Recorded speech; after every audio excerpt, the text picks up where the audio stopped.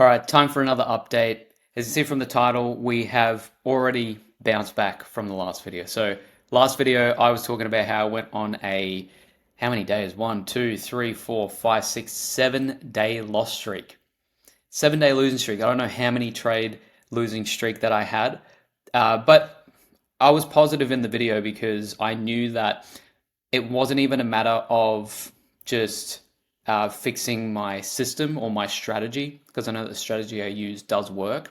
It's really all about my mentality, my psychology, and making sure that I trade in the right conditions, in the market conditions. So I want to go over where I'm at right now because where I was at before was my balance was at, I think it was about negative 750. It was almost negative 800. Now, the reason why I'm confident in not only keeping this account, I've had this 50K funded account since November last year, which I will show you here. So we're in Feb 2026. I've kept this since November. Okay, now if you didn't know, if this is the first video you're seeing of me, I started trading about 4 months ago, so I'm quite new to this, and I was able to get funded first off in my first month, but I blew that funded account like straight up in the first 24 hours. Right now, I became funded again. So the first time was with Funded X, second time was with Top Step, and I've kept this funded account for, well, since November. So that's November, December, January. So 3 months, almost 4 months now that I've kept this, which I'm really, really happy about because I am not over risking. I am very strict on my risk management. I'm not doing the biggest trades, but because I'm new to this, I want to learn how to do this properly, like the right way. I don't want to gamble. I don't want to over risk. I don't want to, I could go ahead and get lucky and really like oversize, and then yeah, I might be able to take like a really cool payout, maybe 1 to 2 really good payouts, but then I haven't learned anything and I'm just going to end up blowing these accounts because this is what a lot of these new traders do. So I want to go into all of this and treat it as a business and treat it the right way. And I want to document all of this because I think that's the right way to do it. So I think our best month so far was December, 515 P&L. January was pretty good as well, but you can see the issue with me and my trading right now is I need to be more okay with not taking trades in the right, like in when it's not the right conditions. Okay, so I trade a lot on NQ, so I do a lot of micro Nasdaq trades, trading micros on there and gold. Okay, now I can't really trade gold at the moment because Top Step has these really dumb restrictions on 50K accounts, and I can't even trade one micro on gold. So I am just focusing on NQ. Okay, I'm not going to let that stop me. But my issue is, and the reason what I found, because the good thing is I've learned a lot this past week, especially around trading and the conditions that I'm trading in. I want to run through like how NQ look like this week and why I think it's contributed to a lot of losses and what I can learn from it. So it's not so much that I'm taking trades I shouldn't really be taking. There's a couple that I would definitely say, look, I probably shouldn't have taken that. It was more so me just wanting to look for a setup in a case. But my issue in my psychology isn't with over trading. Okay, I am very strict with, you see here, 3 trades, 4 trades. This is more so me adjusting my size anyway. 6 trades, again, adjusting my size. I really don't take more than 2 to 3 trades a day. I'm very strict with that. But before I go into this trade, which made me 620 bucks, I want to just talk about the conditions here and really just go into depth with that. So if we look at M&Q, micro Nasdaq here. Now, I didn't take this trade, by the way. This is just me marking it up. But if we go over and we go to, let's just say the hour on the chart here, we'll get rid of this to clear it up a little bit.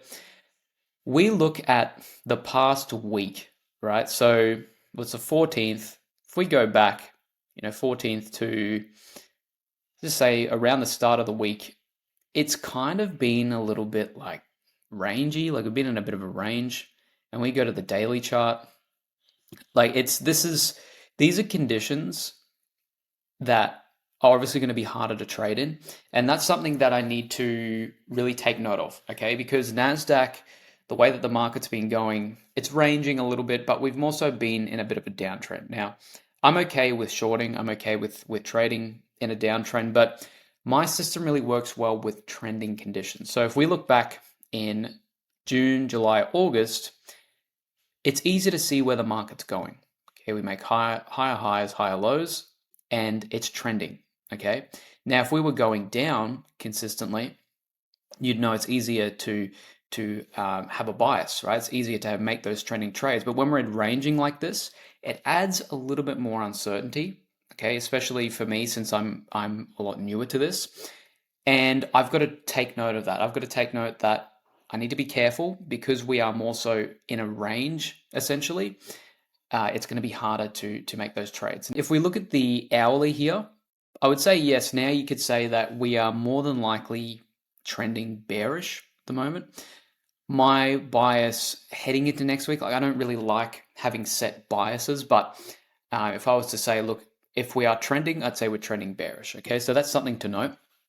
And really what I've learned from this week, so if we go back to the performance, okay, all of these trades that I've taken and of course documented them all, I'm going to add them all into my trading log, and really I like to journal, either at the end of each day or at the end of each couple of days at least, just to see how my psychology is going. And I log in my psychology of what I was thinking, how I was feeling before, during, and after the trade in my trade log as well. I think that's really important. But my issue is trying to trade when it's not clearly trending. Okay, and this is where a lot of these losses come from, right? So I'm not going to go into depth on every trade. I really more so just wanted to go into psychology. But let's have a look at the at this trade, which was $620. Okay, and one thing to note here, really quickly, is that I had all of these losses here. So I had 7 days worth of losses. This trade here made back a big portion of those losses. I'm going to say it time and time again. It's really important to be strict on risk management. Now I know, because you look at these wins here, I had 418 and $620. This was a bit of an annoying loss here yesterday. So I made this on Thursday. It's Saturday today. So yesterday I had a trade that was a loss, was a little bit annoying. But the thing is that once I minimize my losing days, I'm going to become so extremely profitable. I can just tell already because I'm already there with the risk management. It's just fixing and tweaking these few things that I know my trading will really start to take a turn upwards, right, for the better. And I just want to do this on the 150K funded account first, get this first payout once my balance reaches 1,000, because if you're new here, I've been able to take a payout like 3 times already, but the balance, I think the most balance I got to was 600. And I said to myself, I'm not going to take a payout until my balance is at least 1,000. And I just want to stick to my word with that. So once that happens, and then I start to do it a second and a third time, and then I start to stack these funded accounts, this is all going to come from minimizing these losing days. And once I do that, I know that the momentum is going to shift upwards in a big way. And I'm really going to sort of find that unlock to the next level of this, right? But yeah, let's have a look at this $620 trade, okay? Because this is what I wanted to show you. And this was in the morning on NASDAQ. So I took this trade at around 9:30. This was a little bit clearer for me to see. And my thought process here was, yes, in the New York session, we had a really big drop. Okay, this was on the 3-minute chart. Had a really big drop in the morning earlier on around 4 o'clock. We had this huge push up here, and this is what's created a no close. And this created a really, for me, it was easy to see trending trade, okay, because we hit this point here. It didn't close. And once we had a big rejection candle, this is part of my plan in my trading. We had a big rejection candle. I entered in just after this big 3-minute rejection and I let it ride. Okay, so I was pretty certain on this trade. My psychology going into it was I was happy with it. I wasn't scared of this reversing. We had a push down here, but then I thought, look, it's a lower probability for this to come back down and take out this low. So I just held it. This trade went on for, it was 1, 2, 3, 4, 5, 6, almost 6.5 hours. So my target was this high. I went in with 3 micros. The reason why I closed is a couple of reasons, because it was getting around closer to 6 o'clock. I couldn't actually manage the trade anymore. Like I couldn't actively watch it. So that was one reason why I closed out here. Another reason was because there was a lot of slowing down just before we come into the London session. So I thought, look, I think it's just best if I just secure my profits here. It would have been around about, I think it was $780. Now, what ended up happening with price was we had a big dip here. I think we came down to this low and then we pushed back up. But I was okay with that because, like, I was okay with closing out here because I followed my plan and I wasn't going to be actively able to monitor the charts, and I was happy to take that, right? The main thing here isn't the win, okay? The main thing here is that even after these consecutive losses, my psychology and mentality stayed the same. I wasn't scared to enter this trade because my idea going into this was, okay, if I lost here, I lost here, right? And let's just say worst case scenario in my mind.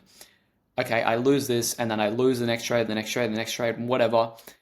What's the worst that can happen here?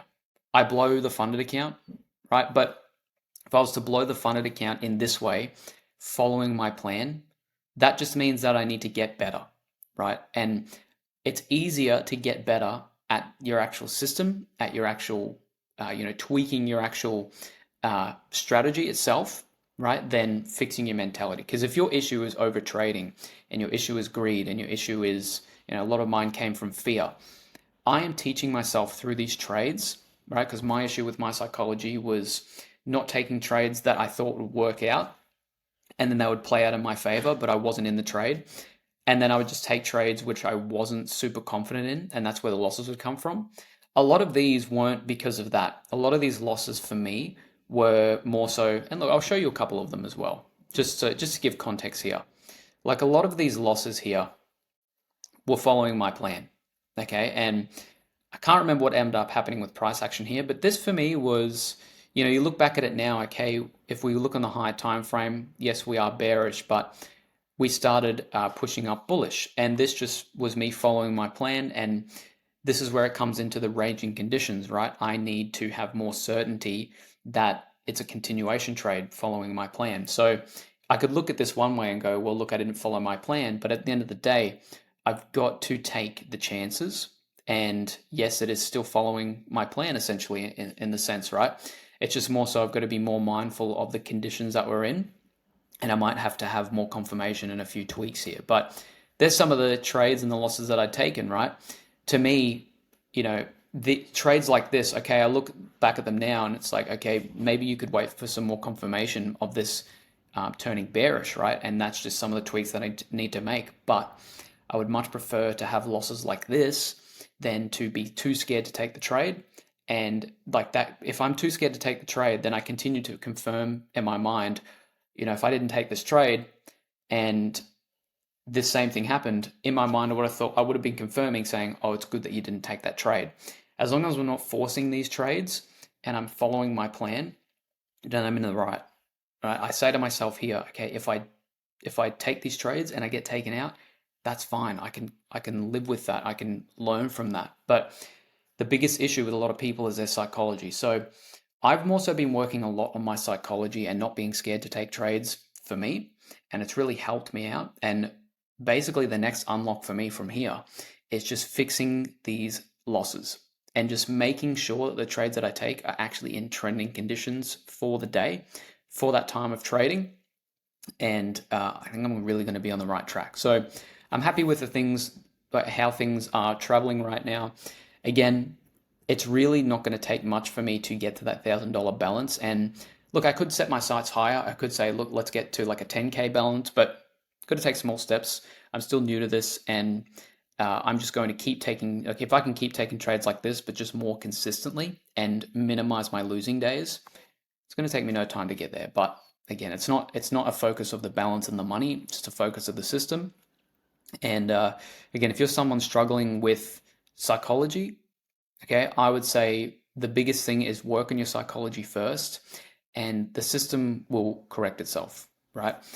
I could say that all these trades here literally come down to psychology of me just wanting to be in a trade, right? And I could wait for more higher probability conditions like this that are just so clear that it's really doesn't take any guesswork, okay? So if I continue allowing myself to take trades like this, and when it's days like this where, yes, I could take it, yes, I am teaching myself to take the trade, but at the end of the day, if I can make sure that it's super clear and I can eliminate a lot of these losing days, that P&L, that balance will be very much in the profit, right? So yeah, I just wanted to update you guys on what's been going on. We're bouncing back now, which is good.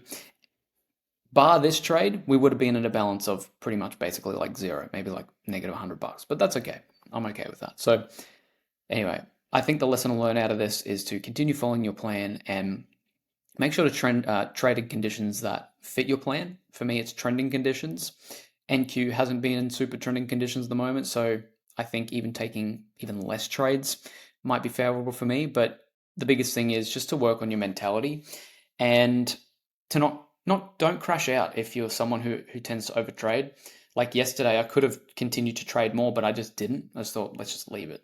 Let's leave it there, come back fresh next week.